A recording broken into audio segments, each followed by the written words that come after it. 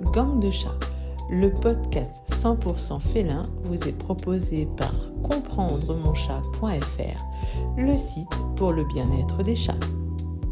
Dans ce nouveau podcast, je vais essayer de répondre à une question que l'on me pose très souvent qui est « Mais Audrey, comment on fait pour introduire un nouveau chat ou un chaton dans un foyer où il y a déjà un résident félin ?» Alors on sait que le sujet est délicat, c'est d'ailleurs pour ça que cette question revient de manière récurrente. Nous, les humains, on est considérés comme étant des animaux grégaires, c'est-à-dire qu'on est vraiment fait pour vivre en groupe. On a vraiment besoin de créer du lien social, on a besoin de l'autre pour survivre, et puis surtout pour nous développer tant sur le plan psychologique, intellectuel qu'émotionnel. Alors que dans la nature, les chats sauvages, eux, vivent seuls et ils établissent leur territoire de manière individuelle. Ça, c'est un comportement qui est vraiment lié à leur mode de chasse, c'est-à-dire que ce sont des prédateurs solitaires, ils n'ont pas besoin de compter sur l'autre, sur un congénère, pour mettre des techniques d'attaque à plusieurs, etc. Donc vraiment, ça c'est quelque chose qui est spécifique aux chats. Et en fait, c'est surtout parce que partager une proie, partager la nourriture, pourrait en fait minimiser ou les priver de ressources, quoi. Donc en fait, pour le chat, l'isolement, c'est vraiment une stratégie de survie efficace, alors que pour nous, pas du tout.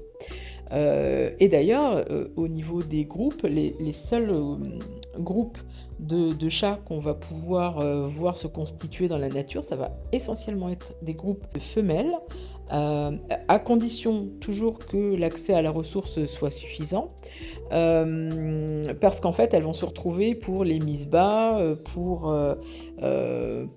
l'éducation des petits, et il va y avoir quelques mâles qui vont être choisis pour intégrer ces groupes, essentiellement pour la reproduction. Alors oui, les chats domestiques peuvent montrer des signes d'interaction sociale, mais ça va vachement dépendre du contexte et de leur environnement. Les chats peuvent cohabiter avec nous les humains. Encore une fois, ça c'est de l'adaptation qui s'est faite au fur et à mesure de la domestication. Ça va dépendre aussi évidemment du caractère individuel, de la façon dont il est né, mais il conserve quand même une certaine indépendance, dans le sens où ils ont vraiment toujours quand même besoin d'un espace personnel. Donc ils peuvent créer des liens avec nous, voire même avec d'autres chats, mais ils ne cherchent pas forcément et nécessairement cette proximité constante comme le ferait un chien, par exemple. Donc il faut bien avoir à l'idée que c'est nous qui leur imposons une vie avec des congénères, et en plus des congénères qu'ils n'ont pas choisis. Alors, dans un environnement qui est stable, où la ressource est abondante, c'est-à-dire que en termes de nourriture, d'espace de repos, etc., les chats peuvent développer effectivement des comportements sociaux qui sont plus marqués. D'ailleurs, il y a des études qui montrent qu'ils peuvent former des colonies à l'intérieur au sein d'un même foyer, donc autour de ces ressources qu'ils vont partager, mais leur interaction, elles sont plus de l'ordre de la tolérance que de l'interaction coopérative, voyez. Ce qui veut dire aussi que dans un même foyer, si on peut avoir plusieurs groupes sociaux, ça veut aussi dire que la situation peut créer davantage de conflits. Et ça, c'est vraiment quelque chose qu'il faut garder à l'esprit. Parce que si il y a des conflits entre les congénères et que certains d'entre eux ont du mal à trouver leur place là-dedans, il va aussi y avoir plus de marquages territoriaux. C'est-à-dire qu'il va y avoir plus de marquages d'urine, de griffures, de frottements, etc., pour que les chats signalent vraiment leur présence aux autres. C'est des comportements qui leur permettent en tout cas de gérer les interactions entre eux. Il est conseillé de laisser vraiment les animaux s'ajuster et de se régler entre eux. Si on intervient, nous, trop souvent, qu'on se met à dire « Ah ben non, tu fais pas ça, tu griffes pas li, tu griffes pas là », ça va être compliqué parce qu'en fait, on va les frustrer. et ça ne va faire que accentuer ce que nous, on considère comme, comme étant des comportements problématiques. Donc ça, on évite de faire. Vraiment, on laisse les animaux entre eux, on ne crie pas, on ne tape pas, enfin voilà, tout ça, on ne fait pas. Et si vraiment ça doit attaquer de manière franche, c'est-à-dire au sang, hein, on en arrive... Parce que l'effeulement, les petits coups de patte, etc., c'est pas grave, ils ont besoin de ça, il faut qu'ils s'expriment, il faut qu'ils se mettent d'accord entre eux, il faut qu'ils s'ajustent, comme je le disais précédemment. Mais si ça devait arriver où vraiment il y a de l'attaque massive, hein, donc là on claque dans les mains, basta, voilà. On n'intervient jamais par contre avec les mains sur des chats qui se disputent, hein. Et après ça c'est pareil, ça sert à rien de gronder parce que pour eux c'est un comportement naturel, hein, donc ils vont rien comprendre. Donc, encore une fois, hein, vivre avec plusieurs chats, ça peut être très très chouette, mais sous certaines conditions. Et vraiment, je vous invite, avant d'adopter, à vraiment, vraiment, vraiment bien y réfléchir et vraiment à vous poser la question de pourquoi vous voulez adopter. Parce que ça aussi, c'est super important et ça va aussi définir un petit peu la suite, hein. D'autant plus si vous avez déjà à la maison un chat qui présente des problématiques comportementales, hein, et notamment si vous avez un chat âgé. Et que vous intégrez par exemple des chatons, ça peut vite devenir compliqué pour le chat âgé par exemple. Donc tout ça, c'est des choses qui se réfléchissent, qui se mûrissent. On évite de le faire sur un coup de tête parce que ça peut très bien se passer, hein, ça peut super bien se passer, mais c'est vraiment pas une garantie. Donc, ce qu'on préconise, c'est qu'on prépare déjà l'arrivée. Donc, on aménage des espaces séparés, on prévoit des pièces séparées pour le nouvel arrivant, avec chacun ses litières, ses gamelles, ses griffoirs, ses jouets. Ça permettra aux uns et aux autres de s'acclimater sans qu'il y ait de confrontation directe. Moi, je préconise toujours quand il y a des nouveaux arrivants, dans le foyer, si vous le pouvez, c'est d'avoir quelques jours de congé. Parce que on ne fait pas rentrer, on enferme dans des pièces et on se barre au boulot. C'est pas top top. En termes d'accueil, hein, c'est pas, voilà, pas foufou. Après, encore une fois, on n'est pas dans un monde idéal, hein, mais encore une fois, adopter, c'est un projet qui se réfléchit. Et d'ailleurs, en parlant d'adoption et de projets qui se réfléchit, vous trouverez sur mon site comprendremonchat.fr un petit guide sur les 10 questions à se poser avant d'adopter. Et puis également un petit document qui est en fait une checklist, enfin qui est sous forme un peu de checklist sur les choses auxquelles penser avant d'adopter. Évidemment, là, on parle d'intégration d'un nouveau chat au domicile, donc sous-entendu que vous aviez déjà adopté précédemment. Et puis parfois, on peut avoir besoin d'un petit support qui va donner un petit coup de pouce, simplement. Donc, les premiers jours, ils vont être vraiment consacrés à la séparation et la familiarisation. Donc, on essaye de faire des échanges d'odeurs, parce qu'on sait que les chats, ils communiquent beaucoup à travers les odeurs. Donc, on essaye de faire en sorte que les uns et les autres peuvent se sentir à distance.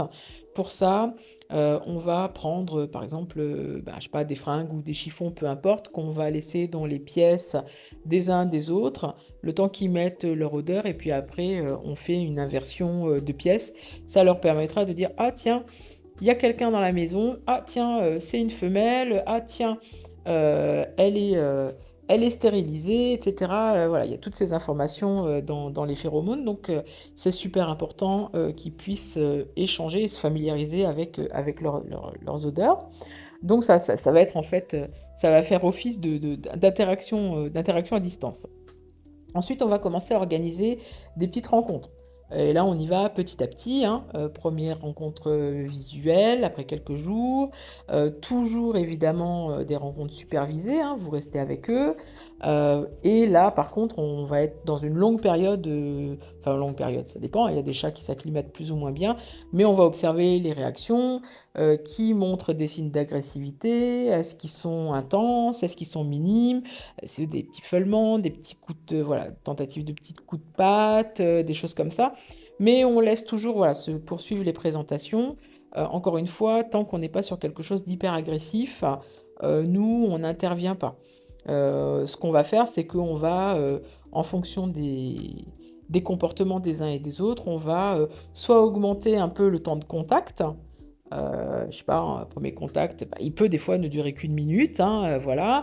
Et puis le lendemain, on va essayer un petit peu plus longtemps, et encore un petit peu plus longtemps. Et puis si on voit que du coup c'était peut-être un petit peu trop long, on va rebaisser un petit peu et on va ajuster comme ça au fur et à mesure dans le contact direct et tout en les surveillant.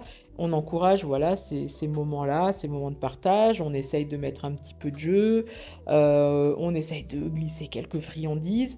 Il faut qu'ils puissent comprendre que ces moments d'interaction sont, enfin en tout cas de contact, sont des moments qui sont fun, quoi.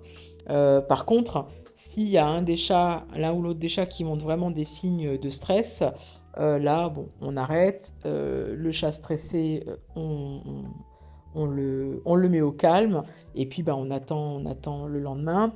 Encore une fois, tous les chats sont différents. Il y en a qui s'adaptent plus ou moins rapidement. Il y en a qui vont mettre quelques jours. Il y en a d'autres, ça va être des semaines et ça peut aller même jusqu'à des mois.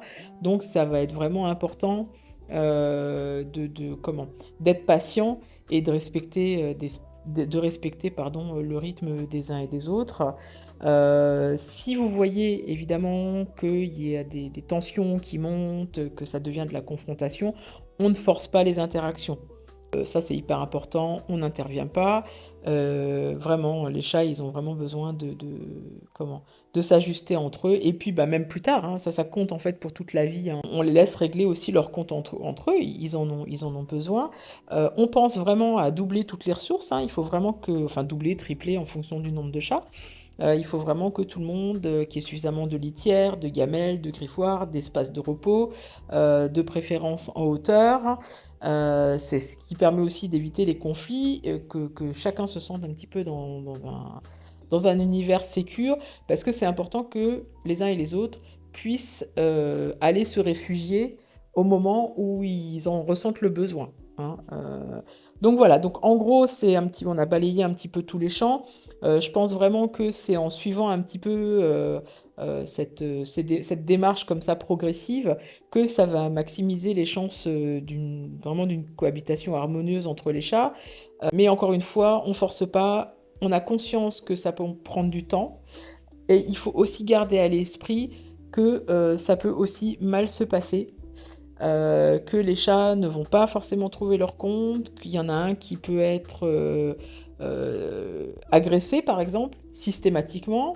Voilà, il faut vraiment, vraiment avoir ça à l'esprit, parce que je rappelle ce que je disais au départ, c'est nous qui leur imposons cette vie-là. Eux, ils n'ont rien demandé, c'est pas dans leur instinct, c'est pas dans leur mode de vie. Il y a énormément de facteurs qui rentrent en ligne de compte. Et puis surtout, jamais, jamais, jamais au détriment de l'animal que vous avez déjà à la maison, en l'occurrence là du chat. Parce que, on va pas se mentir, si vraiment ça se passe mal, on connaît l'issue. En général, c'est le dernier arrivé qui va être le premier à dégager. C'est une cause d'abandon qui est récurrente. Et donc, ce serait quand même dommage parce que le but, c'est d'accueillir quand même un nouveau chat pour lui offrir une nouvelle vie, une belle vie, au détriment de personne d'autre, et que l'équilibre des fois et que l'équilibre est parfois difficile à trouver. Et sans vouloir être négative, parfois l'équilibre ne se trouve pas. Donc pensez-y, c'est hyper important, mais aussi gardez en tête que tout peut très bien se passer.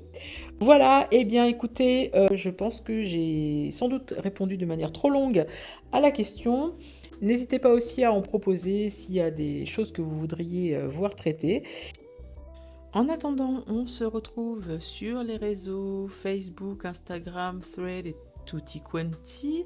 Vous pouvez également soutenir mon travail sur la plateforme Tipeee, ce qui me permettra de continuer à proposer des consultations gratuites pour les chats en situation de précarité. Je vous souhaite de passer une bonne semaine et je vous donne rendez-vous dimanche prochain pour un nouvel épisode de Gang de chats. Gang de chats, le podcast 100% félin vous est proposé par comprendremonchat.fr, le site pour le bien-être des chats.